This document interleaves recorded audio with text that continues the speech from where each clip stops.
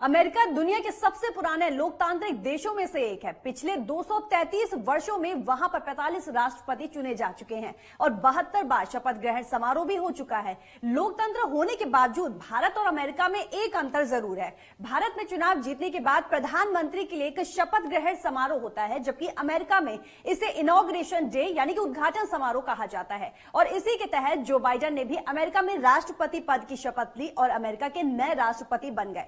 78 वर्ष के Joe Biden आज अमेरिका के नए और सबसे ज्यादा उम्र वाले राष्ट्रपति बन गए। ऐसे में बाइडेन कैबिनेट की सबसे खास बात यह है कि बाइडेन की इस टीम में भारतीय मूल के 20 खिलाड़ियों को भी जगह दी गई है।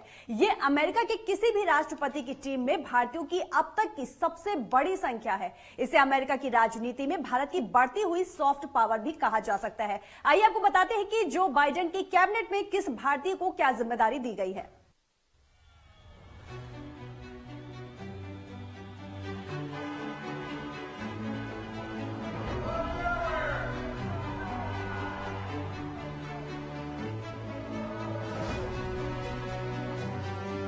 बाइडेन कैबिनेट में भारत को जगह, बाइडेन की टीम में भारत के 20 खिलाड़ी, अमेरिकी राजनीति में भारत की सॉफ्ट पावर। अमेरिका दुनिया के सबसे पुराने लोकतांत्रिक देशों में से एक है। पिछले 233 वर्षों में वहां पर 45 राष्ट्रपति चुने जा चुके हैं और 72 बार शपथ ग्रहण समारोह भी हो चुका है।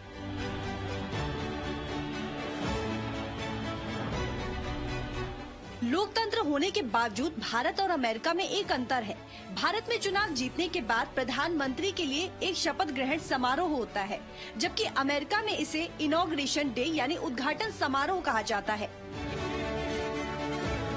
इसी के तहत जो बाइडेन ने भी अमेरिका में राष्ट्रपति पद की शपथ ली और अमेरिका के नए राष्ट्रपति बन गए।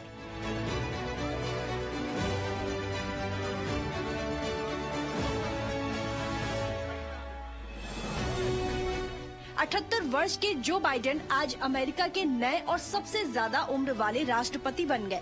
ऐसे में बाइडेन कैबिनेट की सबसे खास बात ये है कि बाइडेन की इस टीम में भारतीय मूल के 20 खिलाड़ियों को भी जगह दी गई है। ये अमेरिका के किसी भी राष्ट्रपति की टीम में भारतीयों की अब तक की सबसे बड़ी संख्या है। इसे अमेरिका की राजनीति में भारत की बढ़ती हुई सॉफ्ट पावर कहा जा सकता है। आइए अब आपको बताते हैं कि बाइडेन के कैबिनेट में किस भारतीय को क्या जिम्मेदारी दी गई है। जो बाइडेन की टीम, नीरा टंडन अमेरिका के लिए बजट तैयार करने में निभाएंगी बड़ी भूमिका। वनिता गुप्ता को न्याय विभाग का एसोसिएट अटॉर्नी जनरल मनोनीत किया गया। डॉक्टर विवेक मूर्ति देंगे अमेरिका की जनता के स्वास्थ्य को सुधारने की सलाह। माला अडिगा देंगी राष्ट्रपति की पत्नी को पॉलिसी के मामलों में सलाह। सबरीना सिंह भी बनी फर्स्ट लेडी की मीडिया सलाहकार। आयशा शाह इंटरनेट के जरिए राष्ट्रपति के संदेशों को पहुंचाएंगी अमेरिका के लोगों तक। समीरा फाजली बाइडेन को देंगी आर्थिक मामलों पर सलाह। आर्थिक मामलों की समिति में भरत रामामूर्ति भी शामिल।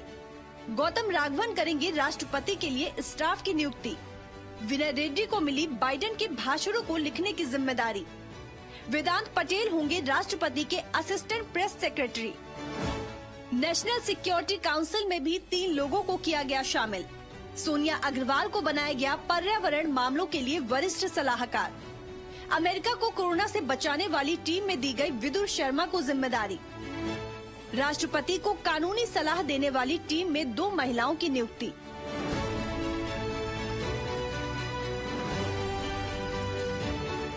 भारतीयों को मिले इन पदों से ये तो साफ हो गया है कि आने वाले समय में भारत और अमेरिका के रिश्तों में और भी मजबूती आ सकती है। साथ ही अमेरिका की राजनीति में भारत की एंट्री भी हो चुकी है, क्योंकि इन पदों में सबसे जरूरी पद उपराष्ट्रपति का है, जिसके लिए भारतीय मूल की कमला हैरिस का नाम चुना गया है। अब देखना ये होगा कि भारत की इस एंट्री से दोनों देशों के रिश्तों में क्या बदलाव आता है। Bureau report, network 10।